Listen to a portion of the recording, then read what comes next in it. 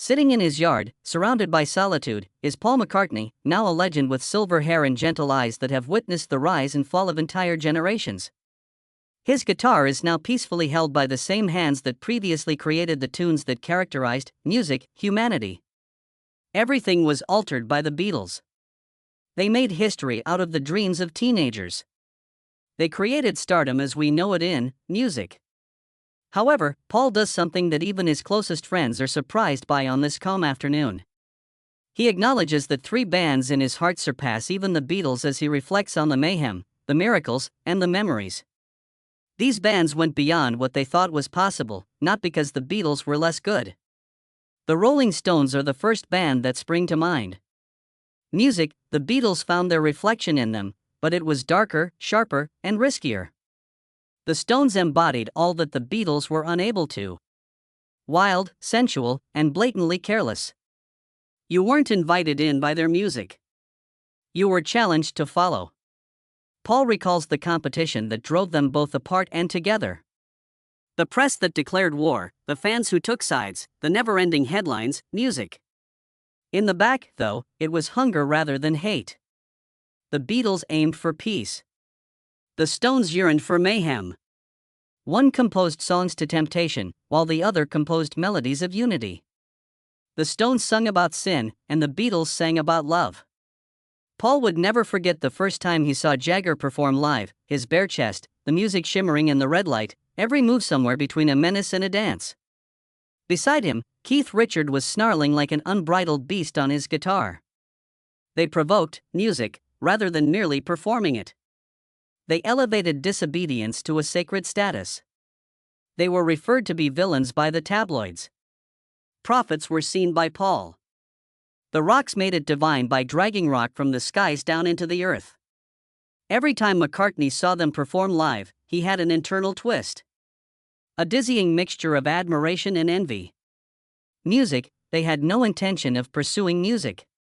They were pursuing peril. Beauty was not being sculpted by them. Even much it hurt, they were calling forth the truth. Paul discovered a different type of perfection in their flaws. Music, they were the fire to his melody, the storm to his sunshine. They defined an age together. McCartney's ideas soften and music moves toward something colder and bigger, Pink Floyd, when the sound of that danger ultimately fades and the echoes of revolt fade into silence. He recalls hearing about the moon's dark side for the first time. The depth, the patience, and the accuracy. It wasn't rock. It was emotional architecture.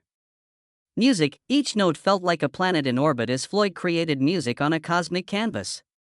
Paul was astounded by their self-control and their ability to make quiet seem more important than mayhem. They hypnotized instead of performing music. Their work was a symphony of self-reflection. He appreciated that they just pursued music, honesty, and never celebrity. I understand.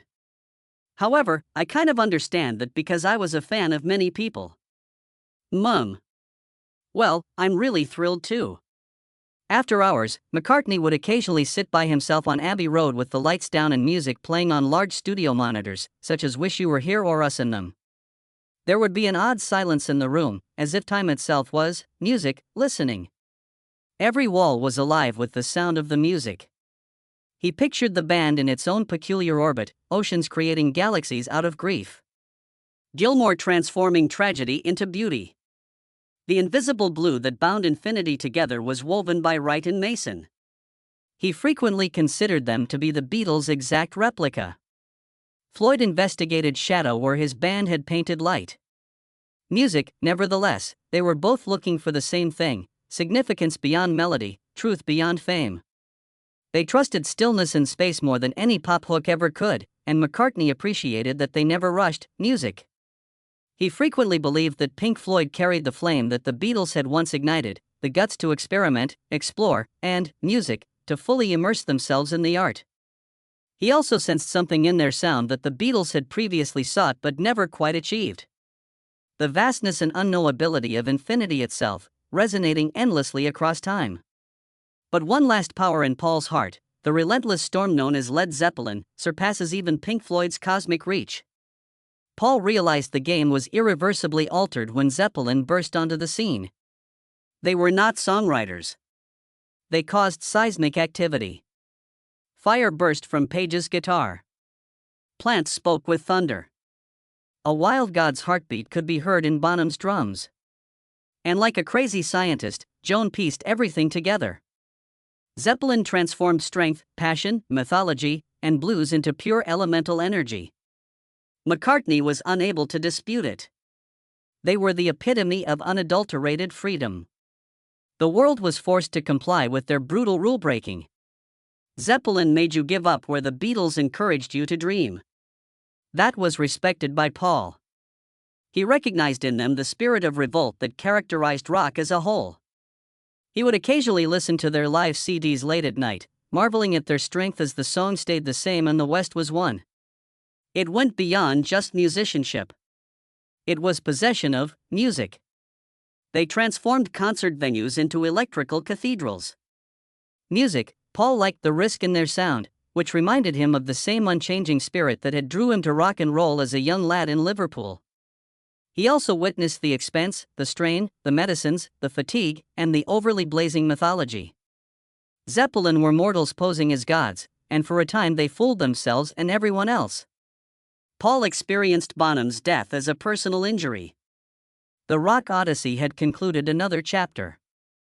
Nevertheless, McCartney grinned softly to himself as the sun sank over his recollections of the song. He had no remorse. He was in amazement. I'm proud that his band made it possible for these titans to enter. The stage was constructed by the Beatles. Music, Pink Floyd, Zeppelin, and the Stones transformed it into a realm of thunder and dreams. However, as his memories fade, two other names, music bands that influenced him long before the world referred to him as a Beatle, resonate in his mind. From across the seas, the first glimmer of that recollection appears. The Beach Boys. It's like unlocking a secret passage when you think back to your first music, listen to Pet Sounds. The needle landed on the vinyl as he sat in the studio, surrounded by the warm glow of equipment lights. There was silence in the room. Like a wave, those harmonies swept over him, so pure they nearly ached. Each chord trembled with honesty and felt alive. Every nuance, every modulation, every string whisper, he could feel Brian Wilson's obsession. It has nothing to do with success. It was about transcendence, emotion, and completeness. Paul recalls how it altered him. Pop had rules up. To that point, verse, chorus, music, verse, but Pet Sounds nullified them. Heartbreak had been transformed into architecture by the Beach Boys. It was more than music. It was a sunny-dressed confession, music. Listening to that album was like witnessing someone paint the air with emotion, McCartney once remarked. It helped him see that pop music could coexist with classical music and that divine complexity might be concealed by simplicity. Later, with that record still playing in his mind, he entered Abbey Road, and Sgt. Pepper was born not as imitation, but music, as discourse, a transatlantic conversation between dreamers. Paul didn't see the Beach Boys as competitors. They were instructors, poets of sound who had taught him that the only thing worth pursuing was beauty. His thoughts then moved closer to his hometown, to a band that embodied revolt throughout the ensuing decade in music. The Who. They were unvarnished, boisterous, theatrical, and fearless. Pete Townshend was more than just a guitarist. Music, he assaulted it. A declaration of war against uniformity is made with every windmill strike. Roger Daltrey's voice screamed like an unquenchable hurricane of melody. Keith Moon's drumming transformed rhythm into chaos, beauty, and terror all at once. On stage, the Who weren't musicians. They were active revolutionaries. Every broken instrument and every yelled line was a protest against music, domination, stillness, and boredom. Before the last collision, McCartney recalls standing backstage and saw Townshend raise his arm. Time stopped for a second. The sound explosion seemed to be a protest against death itself. Music, they made noise seem necessary and devastation seemed sacred. But beneath the bloodshed, there was more. The one who gave anger a cause. They demonstrated how pain could be art, fury could be truth, and chaos, or song, could move mountains when it was created with honesty. They served as the final link, in Gilmour's opinion, between the purity of music in the 1960s and the shattered genius of what followed. Paul recognizes how intricately the Beach Boys and the Who are intertwined into the same historical fabric that the Beatles contributed to. When the brightness of the 1960s started to fade, these people, friends, rivals in the music industry, and dreamers, kept rock alive. They demonstrated that music was never intended to be static. It was intended to develop, blow up, and challenge everything. The evening breeze rustles the leaves as he reclines in his chair. Music, he realizes then that being the first isn't what excellence is all about. It has to do with eternity. The Beatles created an era. However, these bands, the Untamed, Courageous, and Unbroken, made sure it never perished. Choser, McCartney observes the final rays of daylight, music, peeking through the woods as twilight becomes deeper.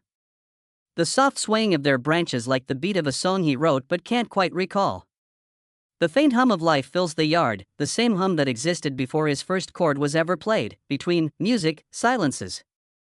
In the flutter of leaves, he hears the ghosts of past harmonies, notes that once rocked the globe but are now whispering gently to no one in particular. All of it, fame, rivalry, love, and loss, feels like a tempest that has passed, leaving only placid waters and a golden horizon in its wake. He recalls all of the turmoil, hilarity, and brilliance that characterized those studio evenings, as well as John and George. Every time he sings song, he is reminded of the faces in the crowd, millions of strangers who, for some reason, share a single heartbeat with him. At one point, the weight seemed unachievable. He's finally learned to carry it like a gift. McCartney gives a small smile. Perhaps the Beatles were only intended to be the chorus that would never stop coming, not the story's last stanza. Because each time someone picks up a guitar, composes a melody, or finds inspiration in a song, they are carrying on the tradition that started in a smoky cellar in Liverpool all those years ago. The sky turns a deep blue color. A lone star emerges overhead as the air cools. He glances up and gives a silent nod, seemingly in response to an unasked question. The men who create the music are outlived. The chords are always there. They simply switch hands. Paul McCartney shuts his eyes as the final note of the evening falls. The world's breathing is nearly audible to him. The reality he's always known is expressed in a calm rhythm. There is always music. It only finds fresh hearts to survive.